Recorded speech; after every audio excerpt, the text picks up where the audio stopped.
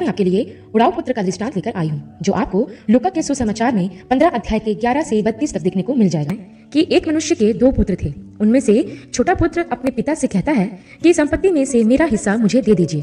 तब उसके पिता ने ऐसा ही किया। उसके पिता ने संपत्ति का जो भाग उसके छोटे पुत्र का था उसे दे दिया। तब कुछ दिनों के बाद वह छोटा पुत्र अपनी संपत्ति को इकट्ठा करके दूर देश को चला गया और वहां जाकर उसने अपनी सारी संपत्ति कुकर्म में उड़ा डाली, जैसे खाना पीना, ऐशो आराम करना और गलत संगति करना। एक दिन जब उस देश में अकाल पड़ा तो बाइबल हमें बताती है कि वह कंगाल हो गया और उसके पास कुछ भी ना बचा। प्रियो, ध्यान दे कि इस उड़ाऊ पुत्र ने जो संपत्ति उसे मिली थी उसका सही इस्तेमाल नहीं किया। उसने गलत मित्र बना लिए जो कि उसके साथ तब तक ही थे जब तक उसके पास पैसा था। आज भी हम ऐसे ही देखते हैं प्रियो कि जिनके पास पैसा होता है उन्हीं से लोग पूछते हैं कि तू कैसा है। कोई भी किसी दरिद्र या गरीब से मित्रता नहीं करना चाहेगा, क्योंकि उनके पास पैसा, धन संपत्ति नहीं होती और ना ही उनका स्टैंडर्ड दूसरे लोगों के बराबर होता है। बाइबल भी हमें इस प्रकार बताती है कि धनी के बहुत से मित्र हो जाते हैं, परंतु कंगाल के मित्र उससे अलग हो जाते हैं। ऐसा ही इस उड़ाऊ पुत्र के साथ भी हुआ। जब तक इसके पास पैसा था तब तक ही इसके मित्र इसके पास थे, लेकिन जैसे ही इसके पास का पूरा पैसा खत्म हो गया तो कोई भी उस अकाल के समय उसकी मदद करने वाला नहीं था। प्रियो, मैं आपसे पूछना चाहती हूँ कि कहीं आपके साथ तो ऐसा नहीं हुआ कि जब तक आपके पास अच्छा खासा पैसा था और आप ऐशोआराम की जिंदगी बिता रहे थे तो आपके बहुत से मित्र हो गए होंगे, और जैसे ही कोई विपत्ति आपके ऊपर आई और धीरे धीरे आपका सब कुछ जाने लगा तो आपके कई मित्रों ने आपका साथ भी छोड़ दिया होगा। अब वे ना तो आपके घर आते होंगे और ना ही फोन करके अब आपका हाल चाल पूछते होंगे। इसलिए प्रियो, मैं आपसे कहती हूँ कि जब तक पैसा है तब तक ही लोग आपसे पूछेंगे कि तू कैसा है। प्रियो, बाइबल हमें बताती है कि जैसे ही उस पुत्र की संपत्ति समाप्त हो गई और उसके पास कुछ ना बचा तो उसे उस देश में दर दर की ठोकरें खानी पड़ी। सब लोगों ने उसे ठुकरा दिया और अंत में वो उस देश में ही रहने वाले एक व्यक्ति के पास रहने लगा, जिसने उसे अपनी सुअर चराने का काम दे दिया। और यही नहीं प्रियो, उस व्यक्ति ने उसे भोजन देने की बजाय उससे यह कहा कि उसे वही भोजन करना पड़ेगा जो सुअर खाते हैं, अर्थात उसने उसे अपना पेट भरने के लिए उन फलियों को खाने के लिए कहा जिन्हें सुअर खाते थे। कुछ दिनों तक वह ऐसे ही दुर्दशा में पड़ा रहा और फिर कुछ समय पश्चात उसे स्मरण आया कि मेरे पिता के घर में काम करने वाले नौकरों को भी इससे कहीं ज्यादा अच्छा भोजन मिलता है। अब यहाँ पर मैं एक बात आपको बताना चाहती हूँ प्रियो, कि जब तक उस देश में अकाल नहीं आया और इसे सूअरों के साथ भोजन नहीं करना पड़ा तब तक उसे अपने पिता का घर याद नहीं आया। यह अकाल उसके जीवन में आशीष लेकर आया, क्योंकि इसी अकाल के समय वह यह सोचने के लिए मजबूर हो गया कि उसके पिता के घर में नौकरों की दशा ज्यादा अच्छी है, उनके पास खाने की कोई कमी नहीं है। वैसे ही प्रियो, जब तक हमारे पास सब कुछ पर्याप्त मात्रा में और अच्छे से अच्छा होता है तब तक हमें उसकी वैल्यू समझ में नहीं आती, और जब तक हम किसी विपत्ति या संकट में नहीं पड़ते तब तक हमें उस प्रेमी पिता की याद नहीं आती। मैं आपको बता दूं कि आज बहुत से मसीही लोगों का जीवन भी ऐसा ही है कि जब तक उनके पास सब कुछ होता है तो कभी उस परमेश्वर को याद नहीं करते, लेकिन जैसे ही कोई विपत्ति, समस्या या बीमारी आ जाती है तो उन्हें परमेश्वर याद आता है।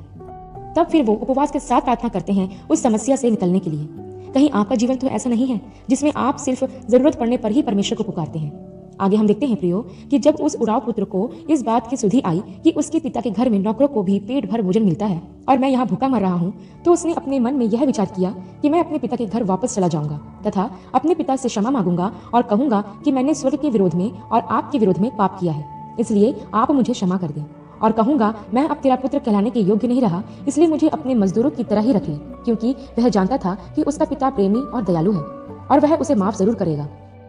इसके बाद हम देखते हैं प्रियो कि वह उड़ाऊ पुत्र इन सब बातों को सोचने के बाद उठकर अपने पिता के घर चल पड़ा। प्रियो, उड़ाऊ पुत्र जानता था कि उसका पिता उससे प्रेम रखता है, इसी वजह से उसने घर लौटने का फैसला किया। प्रियो, यही विश्वास है जो उस उड़ाऊ पुत्र के जीवन में हम दिखते हैं कि उसने अपना जीवन बर्बाद करने और अपना सब कुछ खो देने के बाद भी यह विश्वास रखा कि उसका पिता उससे प्रेम करता है। हो सकता है प्रियो, शायद आपने भी गलत संगतियों में, पाप में अपना जीवन बर्बाद कर लिया हो, तो ऐसा कभी ना सोचें कि प्रभु आपसे प्रेम नहीं करेगा या आप कैसे प्रभु के पास वापस जाएं।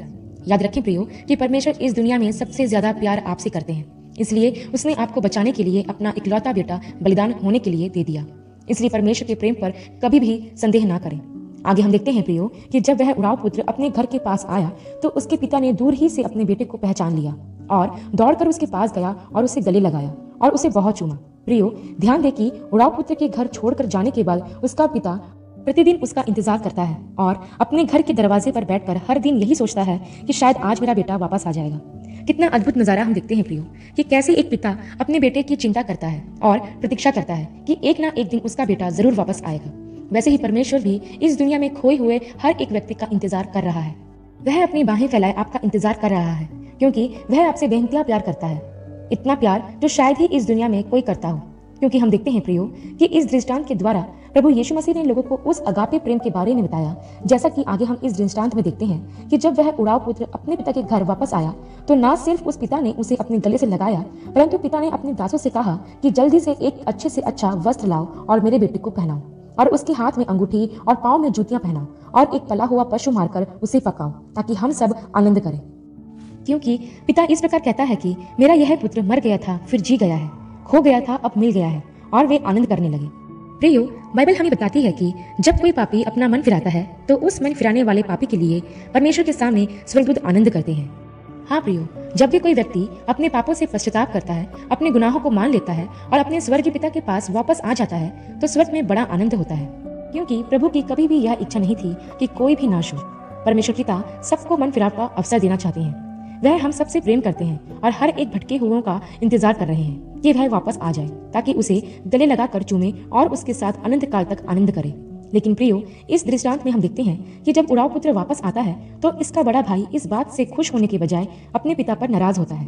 क्योंकि जब वह अपने खेत से घर पर आता है तो वह घर में से गाने बजाने का और नाचने का शब्द सुनता है। तब वह अपने दास को बुलाकर पूछता है कि यह क्या हो रहा है। तब वह दास बड़े बेटे से कहता है कि तेरा भाई आ गया है और तेरे पिता ने उसके लिए एक पला हुआ पशु भी मरवाया है। अपने दास से यह बात सुनकर वह क्रोध से भर जाता है और घर के अंदर नहीं जाता, परंतु जब पिता अपने बड़े बेटे को बाहर खड़े देखता है तो वह उससे जाकर मनाने लगता है। परंतु उसका बड़ा बेटा उसको उत्तर देता है कि मैं इतने वर्ष से तेरी सेवा कर रहा हूँ, परंतु तूने कभी भी एक बकरी का बच्चा भी नहीं दिया कि मैं अपने मित्रों के साथ आनंद कर सकूं। परंतु जब तेरा यह बेटा वेश्याओं में अपनी संपत्ति उड़ाकर वापस आता है तो तू उसके लिए एक पला हुआ पशु कटवाता है। बड़े बेटे की यह बात सुनकर पिता उससे कहता है कि तू सर्वदा मेरे साथ है और जो कुछ मेरा है वह सब तेरा ही है, इसलिए आ आनंद कर और मग्न हो, क्योंकि तेरा भाई मर गया था फिर जी गया है, खो गया था अब मिल गया है।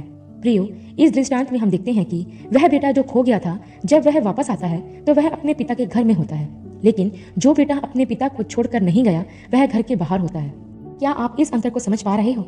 आपको मैं बता दूं कि प्रभु ने कहा है कि जो पहले हैं वह पिछले होंगे और जो पिछले हैं वह पहले होंगे। क्या आपने इस बात पर भी ध्यान दिया है कि बड़ा भाई अपने छोटे भाई को ढूंढने के लिए नहीं जाता? वह अपने पिता को रोज दरवाजे पर बैठा दिखता होगा, लेकिन कभी उसने अपने पिता की उस दशा को देखकर अपने पिता से यह नहीं कहा कि मैं अपने छोटे भाई को ढूंढने के लिए जाता हूँ। वैसे ही प्रियो, आज बहुत से लोग हैं जिन्हें खोए हुए लोगों को प्रभु के पास लाने का कोई बोझ नहीं है। प्रियो, ये कहानी हमें प्रोत्साहित करती है कि हमारा हृदय उस पिता के समान होना चाहिए जो अपने बेटे के वापस आने का बेसब्री से इंतजार करता है। बाइबल हमें बताती है प्रियो कि हम में मसीह का मन है, और यदि मसीह का मन हम में है तो खोए हुए लोगों के प्रति प्रेम हमारे मन में होना चाहिए। अगर हम सच्चे विश्वासी हैं और अपने स्वर्गीय पिता से सच्चा प्रेम रखते हैं तो हम भटके हुए लोगों तक प्रभु का वचन जरूर लेकर जाएंगे, ताकि उनका भी उद्धार हो और वह भी बचाए जा सके। प्रियो, एक बात और मैं आपको बताना चाहती हूँ जो मैंने अपनी आंखों से देखी है कि अक्सर जब कोई एक नया विश्वासी चर्च में आता है तो कलीसिया के कई लोग ना तो उस विश्वासी से बात करते हैं और ना ही उसका आदर करते हैं। वह उसे घृणित निगाहों से देखते हैं। क्या कभी आपने किसी चर्च में ऐसा होते हुए देखा है?